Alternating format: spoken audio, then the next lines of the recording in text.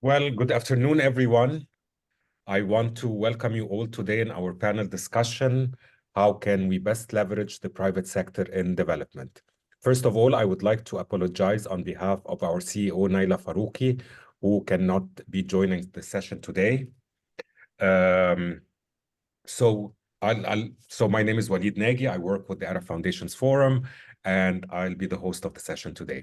So the landscape of corporate socially responsible practices and philanthropic giving is diverse and very unique, and is worthy of deeper exploration to understand its intricacies.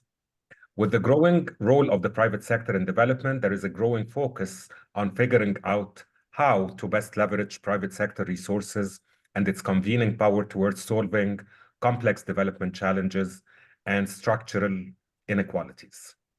Private sector actors are increasingly being held accountable for their developmental footprint, with growing expectations of their role in championing big causes and advancing structural transformation. Partnerships and collaboration between the private sector, non-for-profits, and government organization is another powerful way in which sustainable development can be achieved. Today, during our panel discussion, we will take a look at how the public-private partnerships, synergies between the philanthropic and private sector expertise and resources can help address complex challenges at scale and more effectively. At this stage, I would like to introduce our session moderator for today, Dr. Noha Al-Mekkawi, Dean of the School of Global Affairs and Public Policy at the American University in Cairo. Dr. Noha, the floor is yours. Thank you very much, Walid. Greetings to all those who are joining us today virtually. And I am extremely grateful for the Arab Foundations Forum's invitation for me to moderate a session with a fabulous group of experts and thought leaders on the subject that Walid has introduced. I'm here with you today as the School of Global Affairs and Public Policy at the American University in Cairo not only works on teaching public administration and public policy, but also the rigorous management and principled management of not-for-profit organizations, as civil society is an important partner for government. And in that context, we also see private wealth as an important government partner and civil society partner to achieve the sustainable goals that humanity has committed itself to achieving by year 2030. And until today, most of us here on this panel and in our audience group knows that we are not doing a good job at progressing rapidly towards the achievement of those goals. Hence the importance of the subject matter today that AFF has so kindly and generously organized. What should we expect of the private sector in the few years that are remaining until we reach the finish line on the SDGs, which will be 2030? Walid has laid out the terrain very nicely, and I would just like to add that often when we combine private sector conversations with the topic of sustainable development, we think of the private sector having 5 main functions. The private sector is a problem solver. The private sector innovates and de-risks investments in innovation. It learns and documents its learning to enhance our thinking on sustainability. It's a venture capitalist for small startups who are innovating.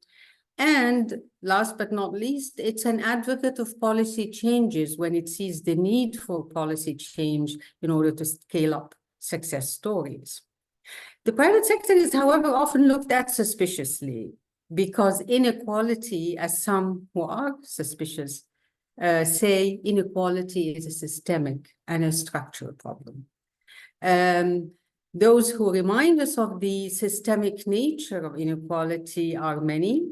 And on top of that list is the Oxfam Global Civil Society Organization, who produces an annual report that often comes out around the same time as the Davos meeting kicks off. Oxfam's annual report for this year is indeed out, and it says the combined fortunes of the world's five wealthiest men have more than doubled since 2020 to almost $1 trillion, while 5 billion people have been made poorer. The Oxfam report also says that nearly 800 million workers saw their wages over the past 2 years fail to keep up with inflation. That's 800 million workers. And of the world's 1,600 largest corporations, just 0.4% of them have publicly committed to paying workers a living wage.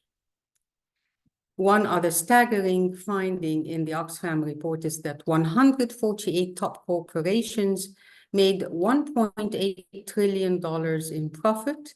That's 52% up on a 3-year average, allowing payouts to shareholders, while millions of workers faced a cost of living crisis as inflation led to wage cuts in real terms. This is a very strong systemic deficiency in the world system, and hence critics of the private sector say the business models in capitalism have been driving inequality, not solving it, harming the environment, not rescuing it, and hence the responsibility lies squarely on governments, not on businesses. And even if we give the private sector the benefit of the doubt, critics say innovations are top-down and marginalize community wisdom. Their policy changes are not accountable to people, and we don't have a metrics with strong measurement of how they are promising to keep their businesses sustainable. It's on that note that I remind you all that we have a panel of extremely rich field experience that we will be hearing about from our panel guests. I would like to start from where I ended with Dr. Dina Abdel Fattah, Assistant Professor of Economics and the Chair of the Department of Economics at the School of Business at the American University in Cairo. Dr. Dina is a labor and migration expert, and she leads a School of Business at AUC's initiative to mainstream the SDGs.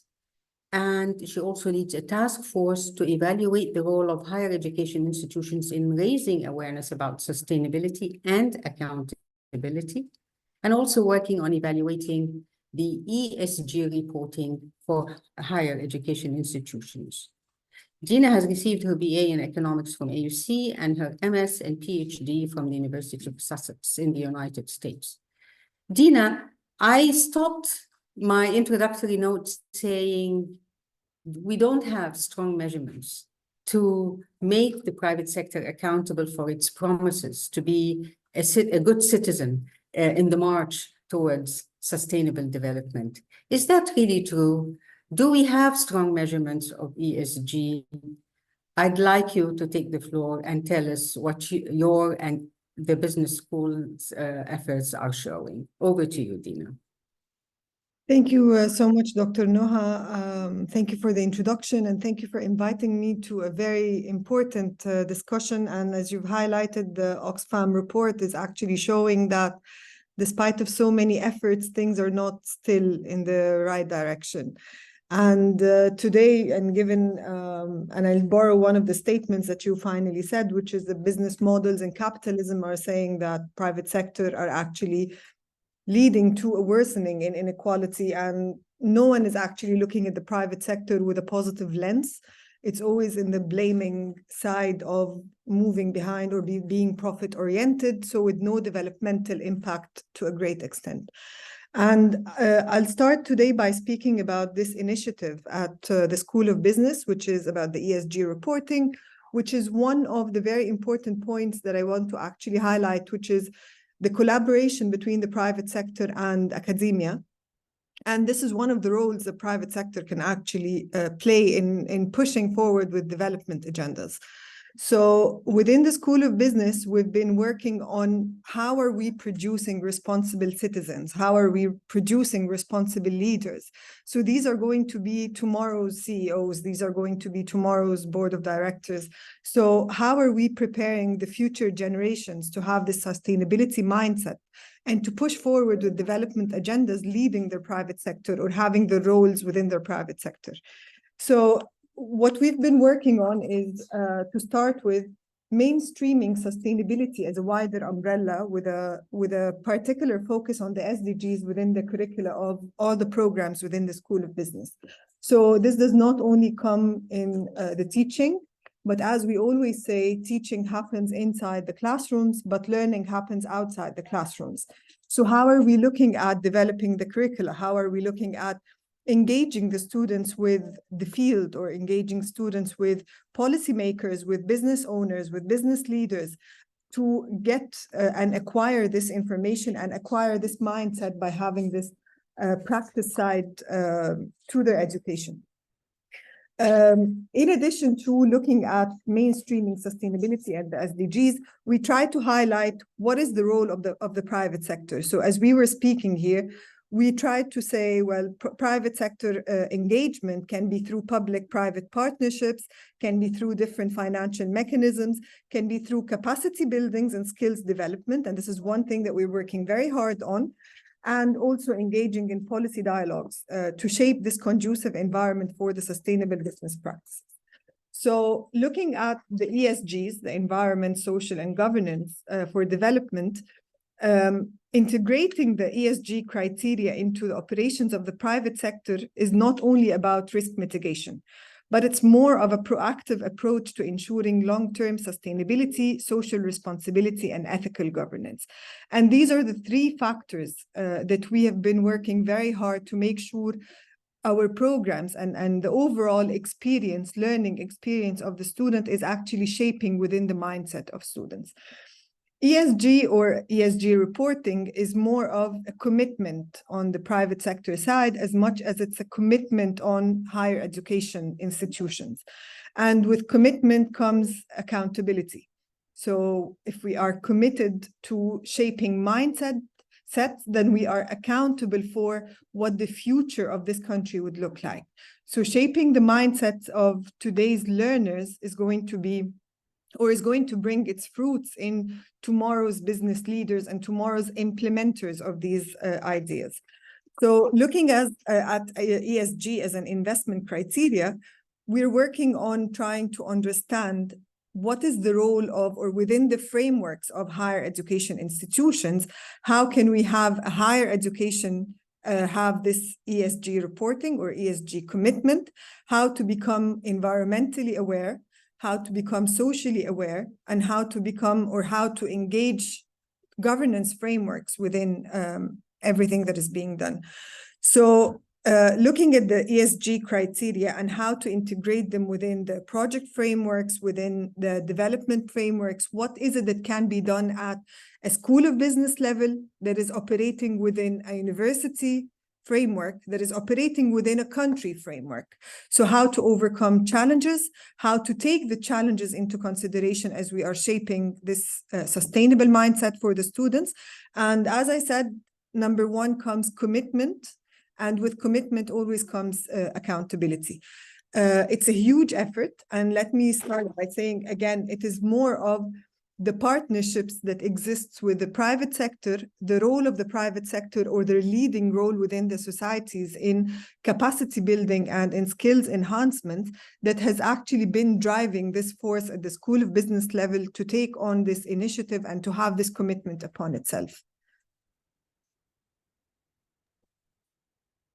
Thank you. This is a very good start that allows me then to welcome Khaled Higazi. I don't know when did Khaled join us, but Khaled, when we started the conversation, we said that the Oxfam report has just came out that reminds us of huge global inequality, and that this problem of inequality is not for business to address, no matter how much they try. It's a state level problem and government responsibility. On the other hand, we need to strengthen the measurements that will allow us to also keep the private sector on track, to fulfill its promises to humanity, that it becomes a good citizen in our march towards sustainable development. And that's where I have to turn to you.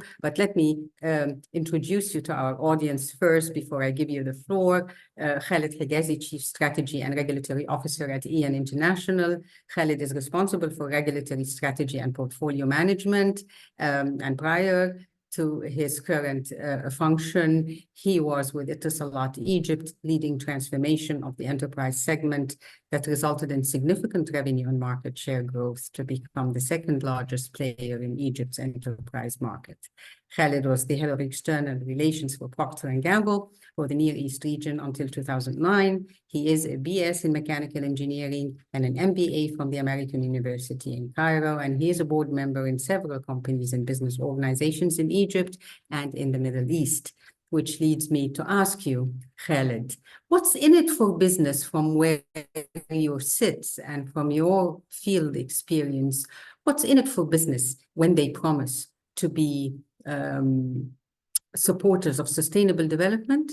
And do you truly believe that our ESG measurements to date are helping consolidate that commitment to sustainable development that Dina was talking about? And my then final question to you is, do you think the policy environment in Egypt and the region where you worked is conducive to committing the private sector to the sustainable development goals? I have to ask this question about policy at the end. I'm sorry, bear with me, because it's part of the work that the School of Global Affairs Public Policy at the American University in Cairo cares for and teaches its students to analyze and work on, which is principled public policies for sustainable development.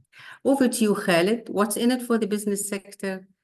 Do we have the right measurements, strong enough measurements, and the right policies? Khaled, the floor is yours.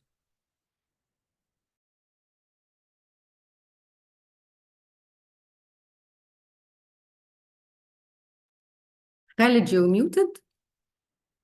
You're not talking. Can you hear us?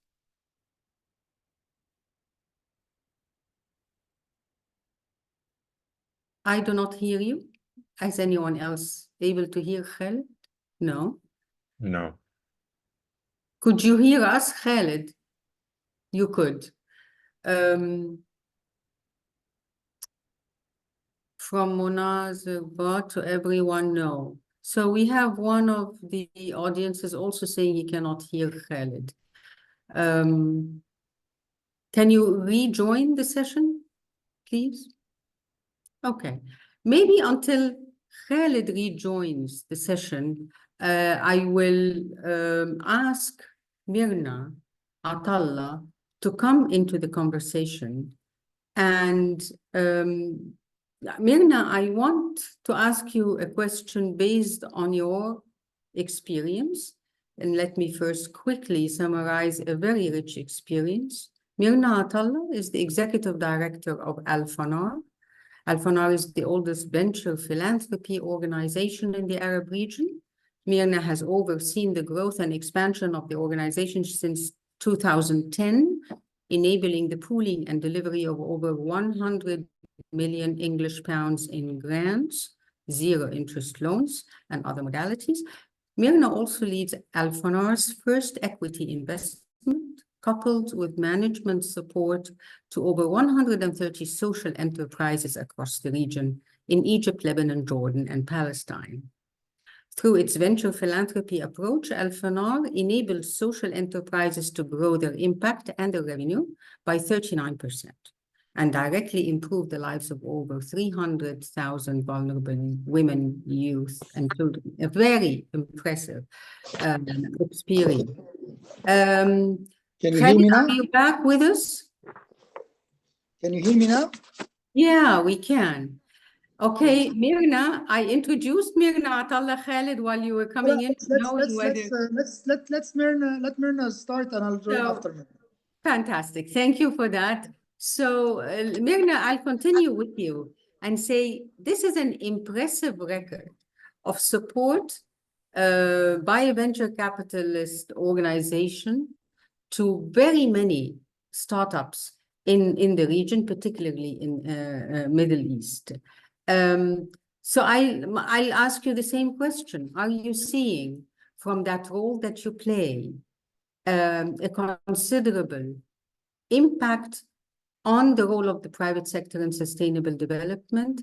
Can you give us some hope that the very bad inequality trends we are seeing globally and regionally as well as nationally can be somehow subverted or turned around and by venture capital and the many startups that you work with? And if so, how?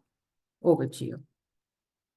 Thank you, Dr. Noha. And I'm really excited to be part of this discussion because I think it will build, upon itself. Just so our audience is on the same page, we are a venture philanthropy organization. So actually, in many ways, we're touching upon that original dichotomy that I think even Walid addressed in the introduction, which is, here's philanthropy and charity, and it does good and makes an impact. And here's the private sector. Yeah, they create jobs, but actually they don't pay people fair wages, and there's growing disparity, right, and inequality. So I'm going to come at this discussion really from what can philanthropy do, that sort of nimble, active, more flexible pool of capital without exonerating government, right? Because it has to do its job. And hopefully that will set up for Khalid's intervention. But as you rightly pointed out, Al-Fanar is the first venture philanthropy organization in the Arab region. And just for context, venture philanthropy is an approach that is within the social investment spectrum, in which philanthropists will either pool their capital or direct their endowed capital. We are not an endowed organization, so we pool capital, and direct it in a way that can be lasting. And I'll describe that. But ultimately, it's grants and zero interest loans. So there's no financial return on investment. There's only an impact return on investment. And this, and I'll get to impact investing in just a moment, but I just want to premise that this movement started 30 years ago, really after the first dot-com boom in 1997, when a fair number of venture capitalists had come into some wealth and were looking to the traditional foundations and charities and were frustrated. Today, we don't speak the way we used to speak, but they were talking about, the number of grants we've given out and, the number of organizations we've supported. And actually the poverty indicators, that sort of bottom line that any private sector would look at, wasn't, kind of consistently being considered when we were talking about how our philanthropic capital, our gifts, were making a difference on what you were discussing, which is equitable, lasting change. That kind of criticism, which began in 1997, gave birth to a movement in the philanthropic world, which led to social investment, which says that funding is necessary, but it isn't sufficient. We must fund things, but we need to do it in a way which is long-term and patient and not one size fits all, right? But we need to be flexible to the needs on the ground and to, what is required and be prepared for a long-term engagement. Number two, technical assistance or management support is desperately needed by many of the entities, the social purpose organizations making the change on the ground. So if we want to be good philanthropists and not do harm, it's not arm's length engagement or investment, but rather engaged. So this is part of the movement. And number 3, you have to track it. So those amazing metrics that you gave about the lives impacted, the return on investment to them, their sustainability, we have to do this from the outset. We need to be clear with the organizations we're supporting that we're providing long-term support, 3 to 5 years, that we're tracking it. And that's also what we're providing to our supporters. So that idea of impact management, we develop apps for each social enterprise to help them track their impact and their financial sustainability so that they can really make better decisions on where there's value, impact value for money. So this is sort of where we come from. And I just want to share for just a very quick moment, because I promised you that I would be quick, but I do think it's worthwhile for us not to have this dichotomous understanding of, oh, philanthropy good, and over here are the financial returns. But in this space, Al-Fanar began in Egypt in 2004. That was the year Ashoka Arab World started. It was the year Nahdat al-Mahrusa began. This, was the movement that began really to say, it's not just we can do more long-lasting change with our philanthropy out here in the impact-only space, but we all started to contribute, and we've been here now for 20 years, and we now work in Lebanon and Jordan and Palestine in addition to Egypt, but actually we can direct that support to organizations that have the possibility of outlasting us. Look at that, there's a multiplier effect. So there are certain problems which will consistently, most of them in the humanitarian context, require pure charity, all right? But actually, there's this fascinating space in between, pure charity and purely financially driven companies, where we're seeing this flavor of organizations. Some of them are registered charities, but they have trading revenue. So you see where Al-Fanar's venture philanthropy engagement starts. Some are potentially sustainable, Some are breaking even, and some are profitable, where they're reinvesting, their profits. Al-Fanar is working with all of these and taking them up. So on average, our portfolio was recovering 65% of its cost in 2022, and now we'll have your numbers at the end of this month for 2023. But this is despite COVID, despite many, many difficulties. So we know that actually we can use grants, not only to drive impact because of that 39% growth in lives impacted, but actually we can leave in our wake organizations that are not just reliable, not projects that are, die on the vine because, the philanthropy ended or the project ended, but these are change agents which will change the face of our region. And I'll just touch on the last point, which is impact investment, Dr. Noha. Over the last 20 years, really, we've seen, because we've been, testing our theory of change, can we use philanthropy strategically to really, leave behind sustainable change agents that are breaking even and able to, rely on the sale of goods and services to keep driving their impact, whether that's in education, youth employment, women's economic empowerment, etc.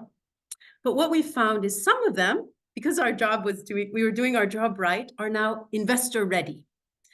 And that means that it's no longer appropriate to give them grants or zero interest loans, but really they need equity, they need debt, they need other kinds of financing. And there is a gap. We have, $1 trillion plus impact investment industry that's grown globally, and only 1% is invested in the Middle East and North Africa. And in truth, we kept waiting. We kept waiting for the international impact investors to look at, the Arab region. But frankly, they spend more time because of some of them are understandable reasons, in sub-Saharan Africa and in South Asia. And there's very little to no activity apart from some country-specific impact investment vehicles. And so we are now working on the launch of the first regional impact investment fund to help extend that financing life cycle for these really brilliant social enterprises and businesses with impact to be able to scale further, to set up in new countries, etc. Now, you asked me to leave you with hope, but I do appreciate that there are other people who need to speak, but I just wanted to contextualize it. I will leave my stories of hope maybe for the Q&A. Thank you very much, Myrna, for this. And I would like to ask our audience to place the questions, and maybe one of them or more would ask Myrna, prompt her to talk about hope through their questions. Place your questions in the Q&A chat room. Both Walid and I will be monitoring it, and your questions will be then posed later to our panel guests. Thank you, Myrna, for this good introduction into not only what you do, but the importance of what you do as sustainable funding, sustainable support to the sustainability agents at the end of the day. We will have more questions on that later on, I hope. Khaled, welcome back. Thank you. I'm sorry about the connectivity. Sorry, it's not a connectivity. No problem. Let me repeat this. It's the hardware. The connectivity is perfect. It's the hardware. Exactly. Let me repeat the questions to you again to remind you and our audience that the question to you was, what's in it for business when they promise to be partners in the Sustainability March? And do you think we have the right matrix to keep the private sector accountable to that promise? And do we have the right policies that create the enabling environment for the private sector to fulfill such a promise? Over to you, Khaled. Okay, so of course I'm speaking to the top professionals in this area. So if I say something too obvious, I beg you to allow me to repeat some obvious points for the sake of the audience. So, like the difference between philanthropy and sustainability, they're both part of the same landscape, but they're different. Because philanthropy, it's about setting aside some of the company funds for the benefit of humanity. And therefore, by definition, philanthropy is about public benefit. So a foundation exists for public, not for private benefits. So any benefits that the giver has to be, any benefits to the giver has to be incidental. This is the same in most jurisdictions around the world. Philanthropy comes in many types of foundations, like Microsoft Foundation, MasterCard, Google, Shell, Vodafone. They're all different. Some are endowed, i.e. they receive their funds from an endowment or stock given once and for all to the foundation. Some get an annual grant, a foundation which exists on the basis of an annual grant from its parent company. Some even own the company and take a share each year. Historically, many have chosen to do things disconnected from the company purpose to show it's purely for public benefit.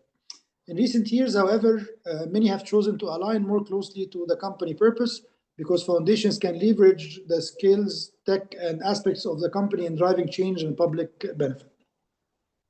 Even with this change, some old style giving still exists and is expected.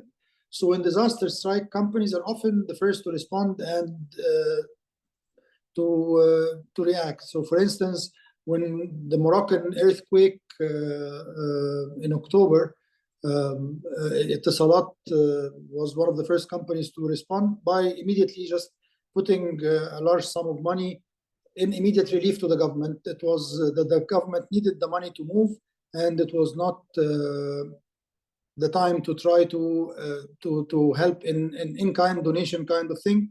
So we've done the traditional things of availing free roaming, free calls, and so on. But the government needed some hard money, and we actually donated $70 million to the government in relief of the earthquake. Sustainability, however, sustainability in contrast, it's about creating value, which directly benefits the shareholders. So it is about creating a company which manages its environmental, social, and governance issues effectively, and thereby it creates a more profitable company, both in the short and the long term. This is done through managing effectively the regulatory and the reputational risks, while at the same time finding the opportunity for creating value for both the brand and with both the customers and the employees.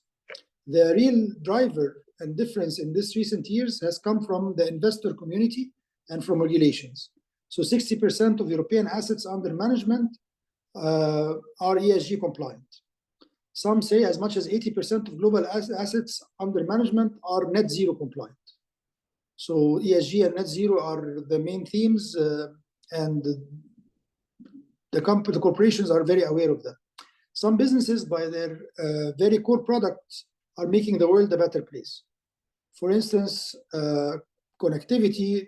We deliver connectivity to 150 million people, which brings access to finance, which brings access to education, which enables people to communicate. So the very stuff of humanity. So some businesses, by the nature of the business itself, is actually doing good for the community, for the humanity. But increasingly, in recent years, expectations have changed, and businesses have been seen less as part of a problem and more as part of the solutions. So public-private partnership emerged. This is when specific goals, global organizations, the UN, the Red Crescent, and others partner with businesses to use the business cash, and the know-how and technology to address a specific problem. Education, health are some of the most popular areas in which PPP has developed. For us, for instance, we have two partnerships focused on digital inclusion, a partnership with code.org, which is driving coding skills amongst the next generation, especially amongst girls, and the partnership with the Edison Alliance, which is focused on enabling 1 billion people to access digital services by 2025. So basically, the sustainability, as I said, is making the companies more efficient and therefore more profitable. And therefore, what's in it for the company is a lot more obvious than just the reputational part of the philanthropy. The regulatory environment is in our region is in the right direction. We're not there yet, but I can say we're in the right direction. Some countries are more advanced than others. So if I give an example for Egypt, even the small things like the lower custom duties on electric vehicles, or the reduced commercial electricity tariffs for the companies that invest in solar power. So there are some incentives that the governments are making to entice the companies to invest more in sustainability. And by trying to lift some of the regulatory constraints, but we still haven't gone to the point of imposing a regulatory hurdle towards the less sustainable products and services. So we don't have yet in our region the congestion tax in the UK, where the more congested the traffic is, the more money you pay for the same trip, but you're exempted if you're driving an EV. So this kind of carrot and stick regulatory is still not in the region as much. But I can say that the region is in the right direction, and this is a hopeful sign. I hope I didn't take longer than my slot. No, thank you very much, Khaled, for that. We will come back, and we have some other questions for you. Again, I remind our audience, keep bringing your questions in writing into the Q&A room. Walid and I are monitoring, and we'll bring your questions to our panelists once we are done with our rounds of conversation. I would like to bring Paulo into this conversation because the overall external international perspective can be helpful for us to understand how far we've come, what can we learn from others, and how far the whole world still needs to go. Paolo Comolio is General Director of COSV. Paolo has extensive experience in international relations, cultural diplomacy, development cooperation, and the management of nonprofit organizations. With a Master of Arts in Political Science and a master's degree in management organization, he began his career holding various roles and responsibilities in different regions, including countries in Asia, South America, as well as Kenya and Somalia, closer to home. Since 2006, He has been overseeing all cause of interventions in the MENA region, and as of 2013, he has become the legal representative of COSER. I think I will ask you, Paulo, given that incredible overview that you have of various continents and regions, where do you see the global march towards sustainability from a private sector perspective? Do you agree with Khaled that there is more to it than reputation and benefit, and that private sector companies are actually realizing that? Do you see the measurements that Dina was talking about to play a critical role in keeping us all accountable? And do you find from your experience in those various regions that venture philanthropists who work as supporters of innovative startups playing a critical role, and where are they playing most of that role from your perspective? Too much for you to answer, but basically bring your comparative global experience to bear on the interventions of our panelists today. Over to you, Paulo.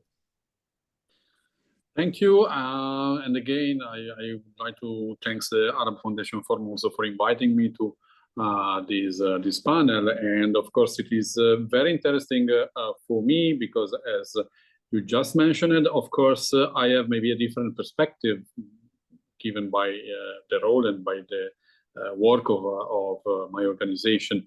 And definitely, yes, it has been very interesting to listen to the previous intervention because many topics that have been discussed somehow enter in the experience of my organization, and we have seen them developing in the years.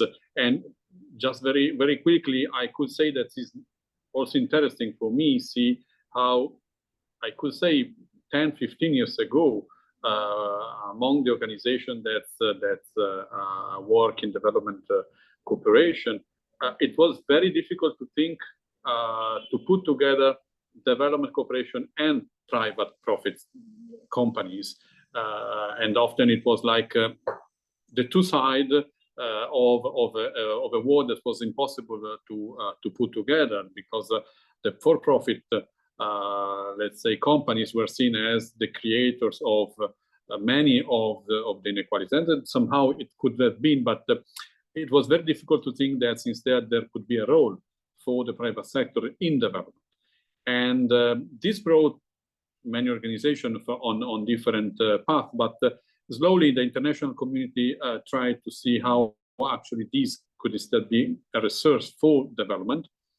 And more and more there we had, and also as Mirna was describing since the beginning of 2000, a number of tools and a way of thinking the economy in a different way.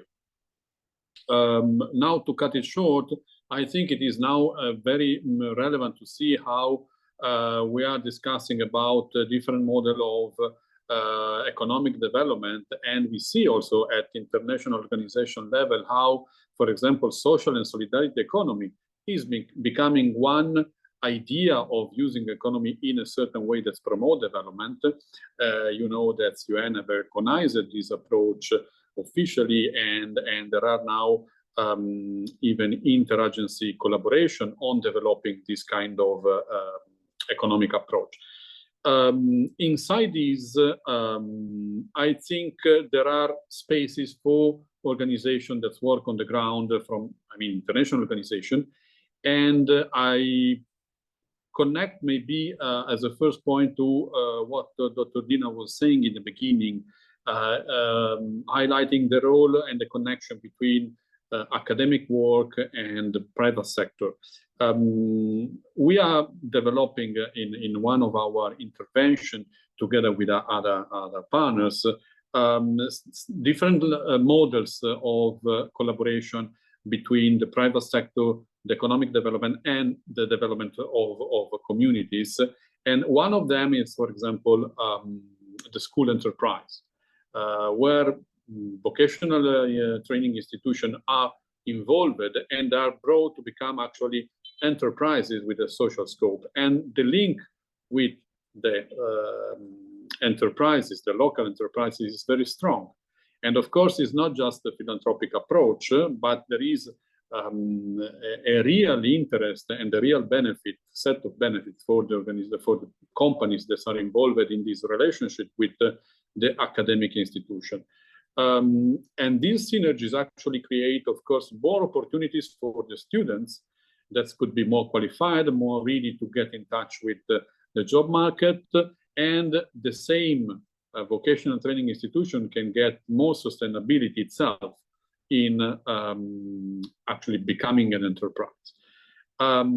This is to say that we are talking about how the private sector can support development, but I think it's very important also to think how to promote local entrepreneurs, as we were talking also, as Mirna was saying, in becoming, let's say, active or proactive actors in local development.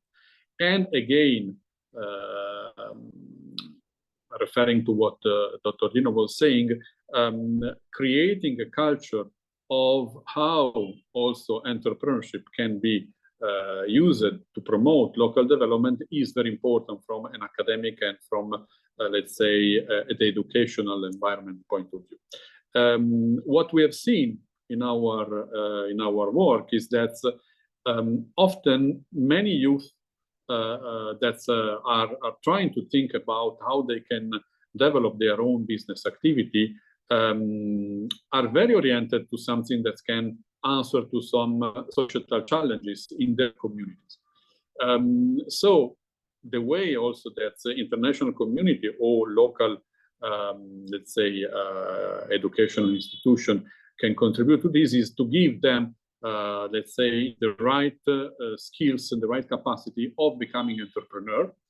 And we go back to the idea that supporting the development of entrepreneurship is not just putting money, but is putting mentorship, is putting coaching, is supporting at different stage and in different moment the growth of these entities.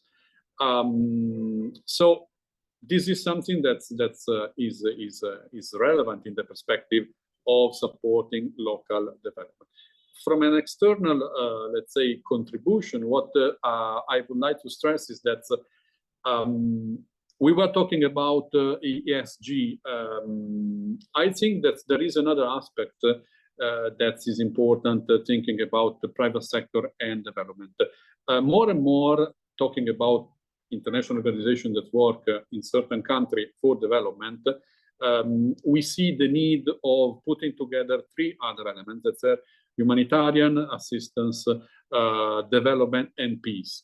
In many countries, we have all these needs, as also Khaled was saying. There is still the need of humanitarian assistance or support, but you cannot, let's say, forget about that. Even in a crisis, you need to think about future development.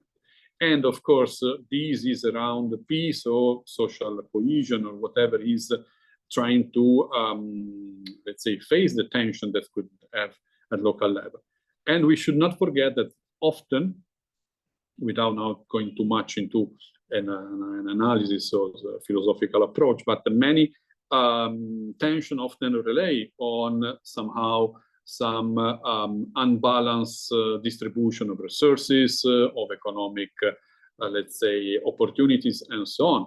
So it is important that any efforts in trying to promote development keep in mind that promoting local private development, private for-profit companies development should also focus on dealing with this kind of aspect like social cohesion and other kind of economic drivers. This means that whomever is going to work on this should know or should try to understand as much as possible the local context, the local dynamics, and this is very related to the engagement with the community. So from our point of view as an international organization, it is important to put together all these layers and see how actually you can see the reality on the ground after different lenses, but actually to arrive to an intervention that actually is comprehensive of different approaches.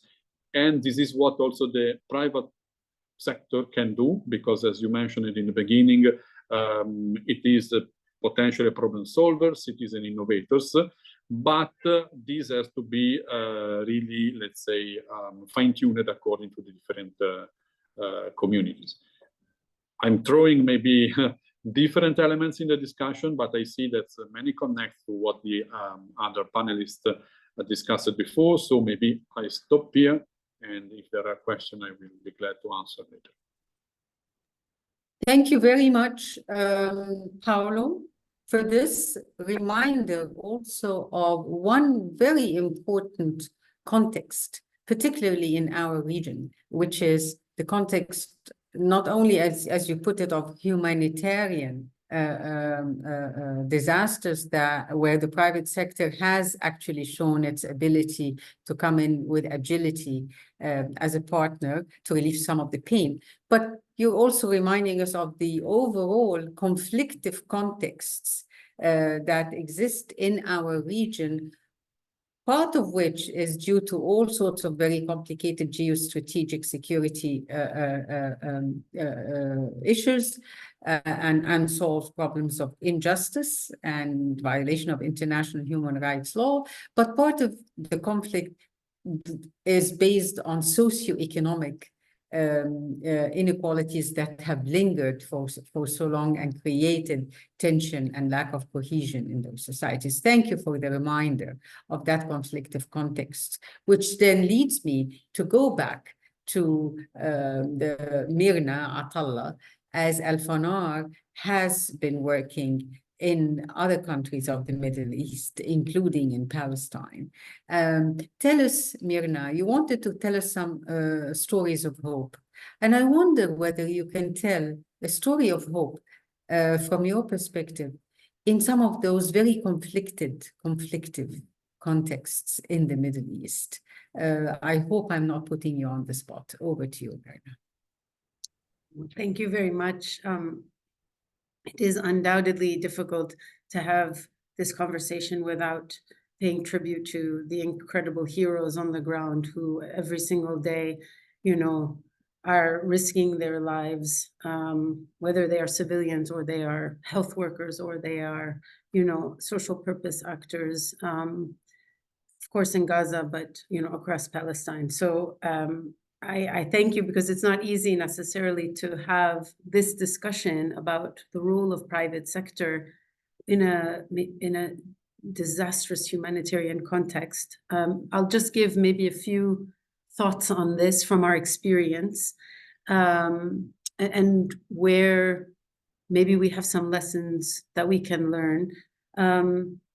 You know, historically, Dr. Noha, we always said venture philanthropy. Nope, this is development work. We don't touch humanitarian contexts, truthfully, because it requires a certain scale of response. It requires different levers and bits of information. And we had to query this belief first in 2020 after the Beirut explosion of the port.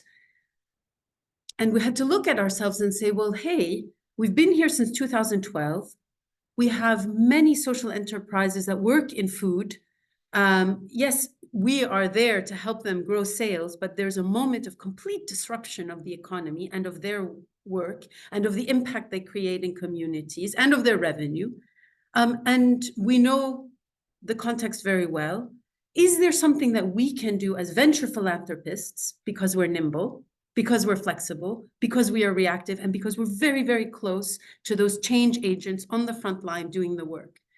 And this was the first time we sort of tested the model of how can we leverage support and pool venture philanthropy grant funding and direct it towards social enterprises. These are a mixture of, you know, nonprofits with trading revenue or social purpose businesses to support vulnerable communities on the ground. And we did it in three ways. We provided support to, you know, food organizations that were either providing food boxes or hot meals, or even creating innovations They created vacuum sealed meals so you could keep the hot meals longer because families didn't have refrigerators, you know, to sustain the food long enough. So this was to thousands of families. Number two, we were able to support a social enterprise to repair destroyed businesses and schools. But this social enterprise actually helped, they were professionalizing youth that were imprisoned, you know, or you know, were somehow disadvantaged in the employment context. So in that case, we didn't just repair 67 businesses and 3 schools, we created 110 jobs. And we were able not only to do that, but to sustain those social enterprises during this difficult period. And the third piece was actually emergency support to social enterprises, because as we've mentioned, and this is what we're now beginning to think about for Palestine, is the markets are disrupted. And that's not their fault. They didn't do anything wrong. They just happen to be in this context. What can we do to leverage our ability to provide flexible funding, to provide some crisis management, reforecasting? This is exactly what we're looking at in the Palestinian context. So I'd like to just maybe quickly mention that there's a brilliant organization we approved for our sustain support package. This is long-term funding, 3 years of around $100,000 a year.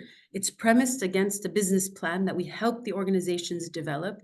And, you know, we approved our long-term funding to an organization called Flowless in Ramallah, in the West Bank, on September 14th. And, you know, here we are, we had been through the seed cycle. We were very interested. They have a hardware software solution that enables smallholder farmers and municipalities to detect water leakages, yes, in order to reduce them and thus to improve yields and returns, you know, while managing their water, which, you know, more effectively. They're already selling in the West Bank and in Jordan. And our support was aimed at helping them expand their sales and their reach to Africa and to explore European partners, right? To increase their sustainability. And here we are 100 days later, you know, and so many moments you think to yourself, what can I do to be responsive? How can we respond to the disaster on the ground? And I would say sometimes the most disruptive thing we can do as philanthropists is to stay the course, to stick to our mission, and to support those remarkable organizations on the ground. And I can tell you, when we made our first disbursement, I mean, we receive gratitude when we send, you know, a grant payment. But in this case, it really felt like, okay, this is CapEx support to maintain the team. And I'm very proud to say that they've signed their first contract for sales in Tanzania, and they're working on a second one, you know, elsewhere in Africa. And this to me is something we should all pride ourselves, you know, when we can actually make a difference by staying the course and staying focused on our mission, enabling those organizations on the ground to do so as well. Thank you very much, Myrna, for this intervention. Number one, it reminded us that conflict is rampant in the region and is destroying lives and livelihoods as well as enterprises. And you gave some good examples of how Al-Fanar is doing its share.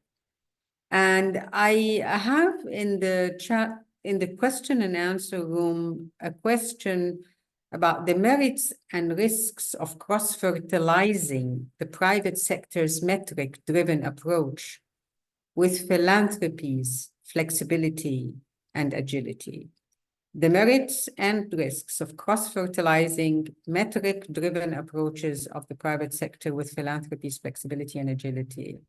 And I think your great work in Al-Fanar is just one example of exactly that, using the metrics of impact, investment, as well as the flexibility and agility of Al-Fanar as a venture philanthropist to stick the course.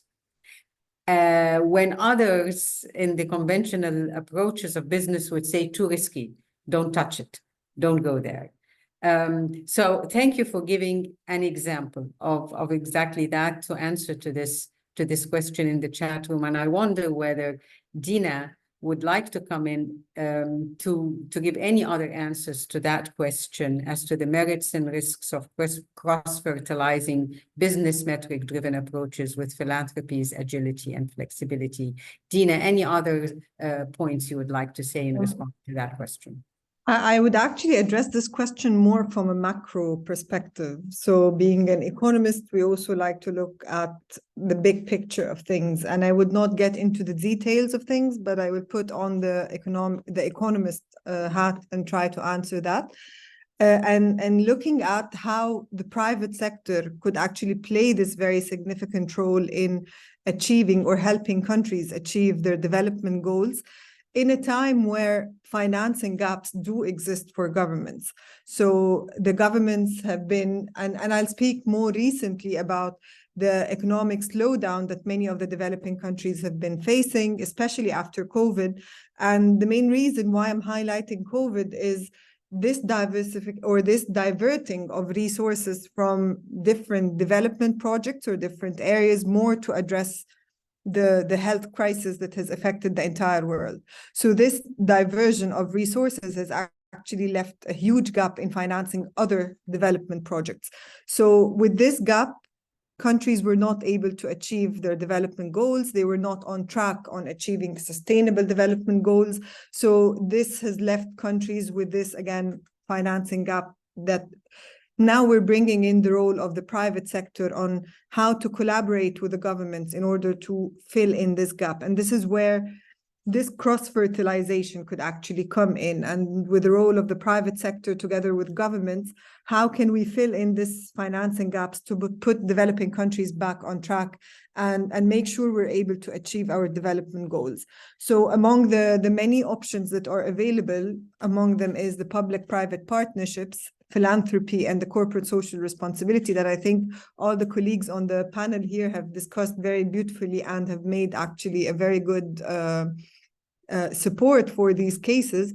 But actually this, again, this cross-fertilization or this looking at the role of the private sector together with what NGOs are doing, with what CSOs are doing, and what the government is doing is the only way that we can actually push forward with the development agendas and highlight these positives and benefits of having this approach. That's very interesting, Dina. And maybe there are two other questions in the Q&A room that I would like to use to ask you one more question, Dina. And that has to do with the fact that uncertainties are the name of the game today because of conflict, because of interruption of trade routes, because of interruption of business supply chains, because of pandemics, because of climate changes that hit very hard farmers and fishermen and fisherwomen and all sorts of people. In that incredible moment of uncertainty, what can one learn from the acumen of the business world in order to plan with some modicum of sustainability and agility for the future? And here the most hit, Dina, are not only small enterprises, as Myrna was pointing out, but also NGOs whose funding dries out. And this is one of the questions in the Q&A room. They find it very difficult to plan ahead when their funding has become so uncertain among everything else. Any clues, Dina, as to how one can help the agility of strategic planning in high moments of uncertainty? Let me, because the first question has actually intrigued a lot of thinking on my side in this area. And to be very honest, without actually having an ecosystem that is supporting, without having policies that are supporting the private sector to actually have the role defined properly within the community and the society, not just the business world, this will not be very easy to achieve. So this would take me back to your introductory statement. And Dr. Noha, you made 5 points for the role of the private sector that I find very interesting: being problem solvers, being innovative and invest in the right development projects, document the learning process and raising capacity, venture capital, and advocate for policy changes. And I think this is one of the most important points. So collaboration or public-private partnership does not only come in the implementation of projects, but in the ability of the private sector to provide this support for policy changes or for scale up of policies. But this can only happen when the environment, again, is inviting for this. So we cannot expect that the private sector would actually lead the battle on its own. Without a conducive environment, without an inviting environment, they will not be able to play the role as in the most efficient way. So bringing back ESGs, and again, this is something that is appearing significantly in that sense. ESG reporting has actually facilitated for a number of private sector to raise development loans and development funds that could facilitate this area. So again, with the commitment to sustainability, with the ESG reporting and the declaration, the explicit declaration of commitment to sustainability and to development goals, this is actually putting or facilitating for the private sector to raise funds and to raise development loans for that aspect. So this is where I see the private sector able to maneuver the difficulties that we're facing. But again, I would keep highlighting that if the environment is not inviting for that, it becomes very difficult to actually achieve this.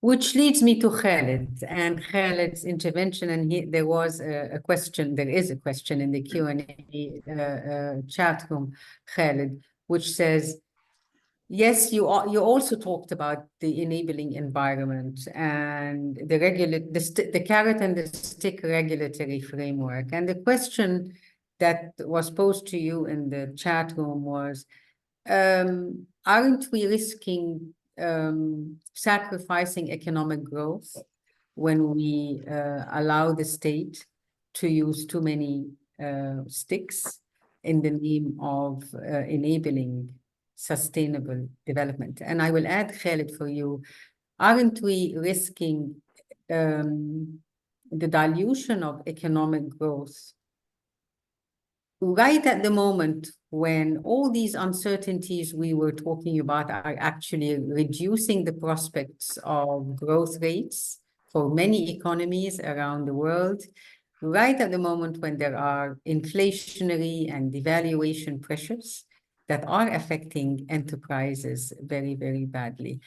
So how would you, Khaled, answer to this fear of our advocacy saying the state needs to use some carrot and stick regulation methods when others are afraid this will end up adding more pressure on economic growth rather than inducing it? Over to you. So I will speak first from my personal belief. I don't think that economic prosperity or economic growth on its own is a good enough reason, to go and pollute the environment and go to, kill the life forms and do all of that, because this was done before in many economies. It did help boost economies last centuries, but it left an impact on the environment and on the planet that we're all trying to fix now. So that's on the personal belief part. I go back to the part of the balance. So what we need is to balance the carrot and stick. People will do the good thing when they see that it's a good thing for them as well. So I'm talking now about the average people, everybody, humans. So one successful example of doing something by regulation that turned out to be good for humanity is the LED light bulbs. So moving from the traditional tungsten wire light bulb to the LED light bulb. Now, the motivation for the people was that it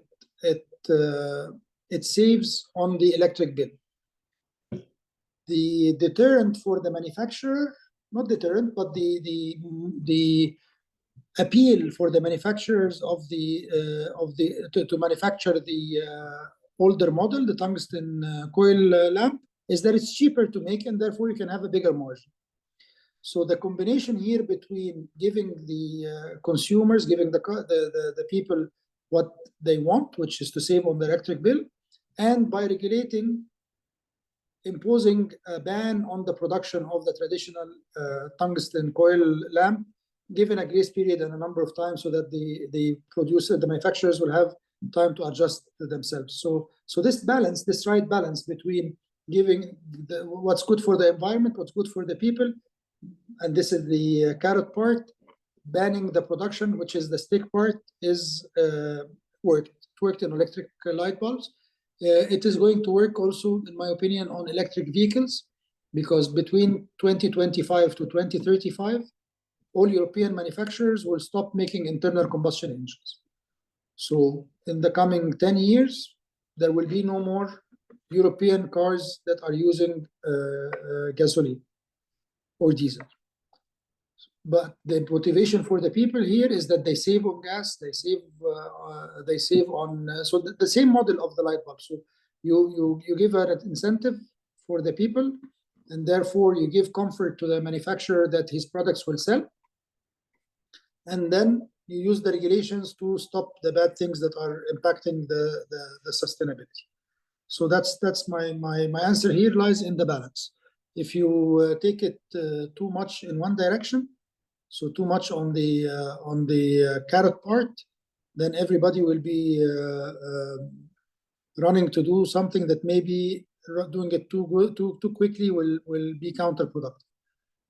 Also, if you do too much on the regulatory side and ban things, then you will create room for smuggling and for counterfeiting and for other ways of people, trying to get what they think they want outside the regulations. So the key here is the balance, in my opinion. Maybe let me go back. We are coming very close to the end of our great session today. Let me go back to Myrna and ask her a question about the regulatory environment in your area, Myrna. Equity funding for startups that are just emerging out of the dependency on the venture capital that started them up, got them going to the point where they want to now move on and grow. How much is the region, at least in the countries where Alfanar works, how much is the region ready with the right enabling environment of policies and regulations for equity funds for startups? Over to you. Thank you. I think there have certainly been, Dr. Noha, improvements, undoubtedly, over the last 20 years to both encourage impact investing, and the emergence of,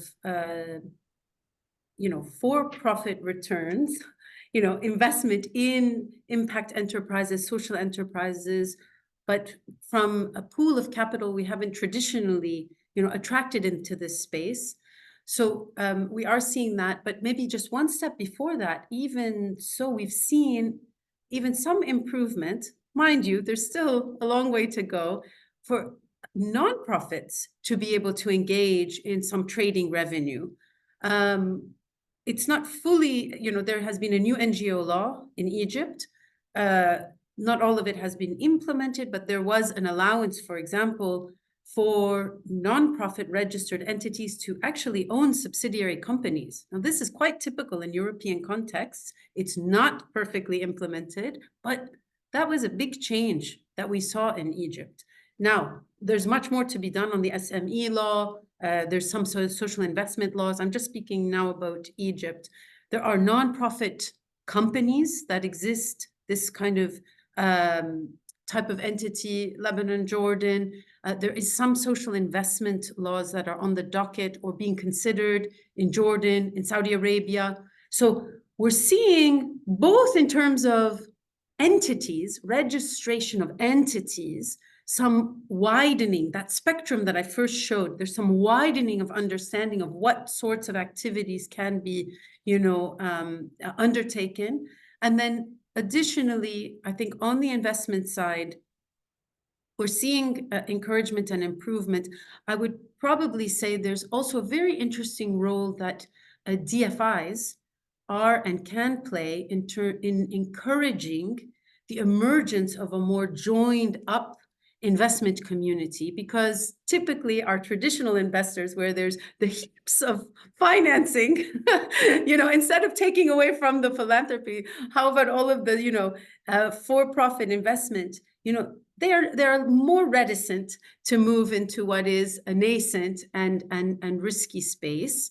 We've seen the DFIs really be very helpful in Africa, quite helpful in Eastern Europe. They're doing some work in the, some of the other Southeastern European spaces as well, where they can take some of that first loss investment risk to encourage the for-profit investors to come and take that chance on, helping set up an ecosystem which ultimately needs multiple actors, not just an Al-Fanar, but multiple actors who can co-invest, multiple actors where exits are possible. So I think we're seeing some improvements, and inshallah, before, Q2, we'll see, the launch of our impact investment fund. And what we're hoping is that will actually encourage more activity and to begin to move in the direction that we've seen other regions in the world begin to move in. Sorry, that's a very generic answer. How do we, and many startups who are listening to you or who will see the recording of that session later, get to know more about this new launch, Myrna? Well, by all means, get in touch with us directly. At Al-Fanar VP is all of our handles, or info@alfanar.org.uk. We will be sharing this information, and there will be, it is a new entity, so it will have a new name, and that should be available in the coming weeks, I hope. But our team, here's the one thing I would say about this type of activity: it's not arm's length, right?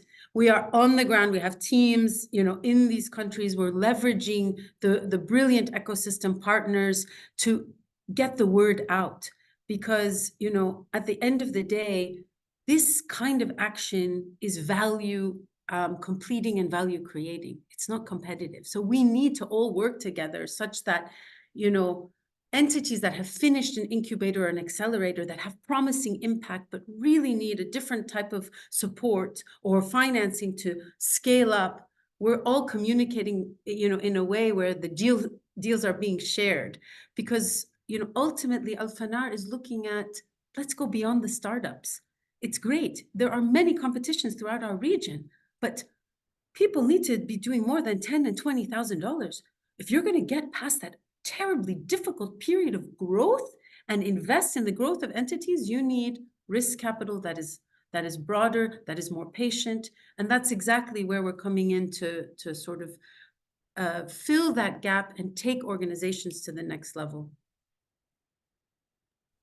Thank you for this, Myrna. Sure. I cannot close this session without going back to a point that both Dr. Dina Abdel Fattah and Paulo have reminded us of, and that is the connection between universities, academia, and the business world, in order to help create a culture of innovation, a culture of sustainability, and hopefully with that connection help bring more business ideas to fruition.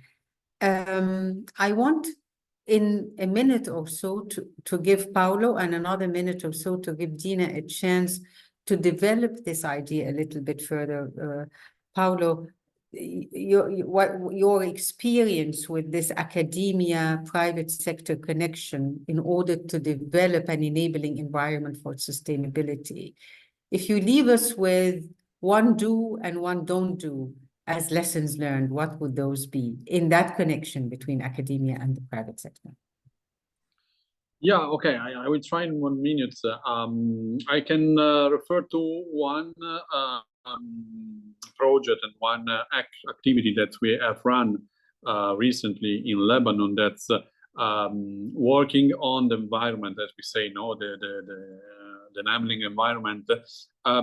As you know, analysis of data, understanding the situation on job market and so on is very relevant, and often there is a big lack of knowledge about the situation and the data, and often even the official sources are not able to provide this kind of information. So what we have seen is that we try to support the development of a sort of labor market observatory.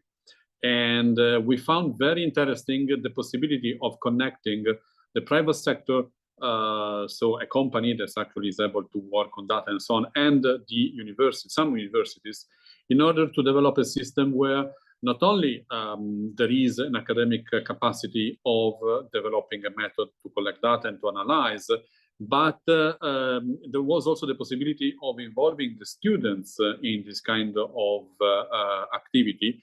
That was useful for the students and also for the professor at university to be more, let's say, in touch with some entities in the private sector and so on, and also provided more sustainability, if you want, because involving the students in data collection, not analysis maybe, but in data collection, it was a way to have young people that is actually doing a sort of work that's actually connect them with the job market, that is more sustainable, that's hiring maybe companies to collect data, and at the end of the day also create some possibility of getting credits in undergoing in this process together with the university. So just to throw you an example of how this kind of collaboration also can develop further, because then there is the analysis of data that's need to be continuous, not just a picture that expires in a few months. So this collaboration, apart from other technical part, is very important also to enable the education sector to keep the peace of the market. Otherwise, the risk of creating a gap between educational institution and the needs of the market is actually one of the real challenges. So I use it more than 1 minute, but just was to throw you an example to show that it's quite also sometimes you find the possibility of creating this connection even in fields that are not so, let's say the first option that you think about. Thank you, Paolo. Dina, in a minute, what is AUC's experience in this linkage between the private sector and academia in order to nourish a culture of sustainability? Okay, I'll start with the statement of education for sustainability that we've been working towards, which is collaborating with the job market, as Paolo said, and trying to identify what skills are in demand or what skills are in demand in the future market. So this is where the future of jobs would come in, trying to identify what skills are expected to be in demand in the future job markets, and making sure that education institutions are addressing those skills and are preparing the students with those skills. And given the focus of the private sector now more than anything on the greening of skills, or on the green skills as we call them, then how can we make the skills within our education systems more green? How are we defining green skills within the different disciplines and the different programs that are offered by AUC? And how can we make sure that we are educating students to or for the achievement of those skills? So it is more of changing how we look at education and how we look at curricula, instead of just looking at learning outcomes or what did students learn at the end of a course. We're more looking into how we're developing skills frameworks with our programs so that we can identify what the different courses or what the different programs are equipping the students with in terms of skills, identify where the skills gaps are, and what are the methods that can be used to fill in those gaps. Education, again, has always been thought of as the courses and the programs that are only taught inside the classes in universities or higher education institutions in general. But we're missing on two very important points, which is, again, as I said at the very beginning, learning outside the classroom. So we've been depending a lot on community-based learning, so taking the students to the community, learning from the community and reciprocating by giving back to the community. So this is one dimension. The second dimension is making sure that whatever they are receiving in terms of education is actually fitting a very dynamic job market in a way where they can actually be useful and beneficial for the future of their countries and for the future of the world in that development aspect per se. Thank you. We are at the end of our time. We have a hard stop at 5 o'clock Cairo local time. I thank you all. Mirna Atallah, Dina Abdel Fattah, Khaled Higazi, and Paolo Comolio for your interventions and for your insights. The question we started off with was, is there a role for the private sector in sustainable development? And you have given us quite a number of good examples of why the answer to this question is yes, there is. You've also given us a chance to understand the enabling environment needed. I see Khaled wanting to say something. Khaled, please go ahead. I want to thank Walid for bringing us together. That would have been my last point. But when you reminded us all that there is a role for the private sector, when you reminded us all that there is an enabling environment, you also did not fail to remind us that educational institutions have a very important role to play in partnership with the private sector in order to ensure a culture of sustainability is rooted in the new generations that will go out to knock on the doors of Al-Fanar and the likes of Al-Fanar, asking for the venture and equity capital needed for their ideas to flourish. And thank you all for your very good-hearted intervention to remind us that this region and the rest of the world have conflict contexts that are shattering lives, livelihoods, enterprises, and good ideas. And there is a role for all of us to keep the hope and the flame of hope going. Walid and the Arab Foundations Forum have made this happen and made it possible today. We thank you, Walid, and the Arab Foundations Forum for that. I thank you for giving me the moderation role. I enjoyed every minute of it. Have a wonderful evening, everyone, and goodbye.